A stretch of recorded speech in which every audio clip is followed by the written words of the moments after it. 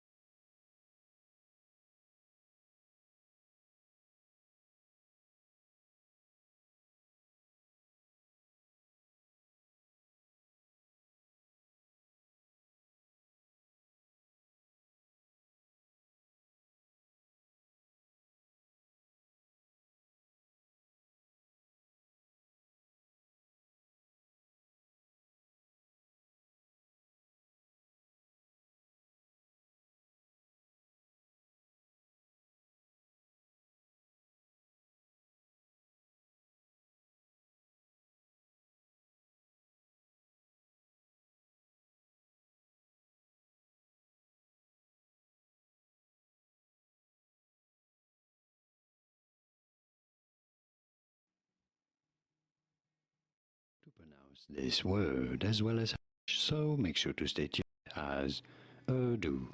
Urdu. In American English, however, it is normally pronounced as Urdu. Urdu. Urdu. Urdu.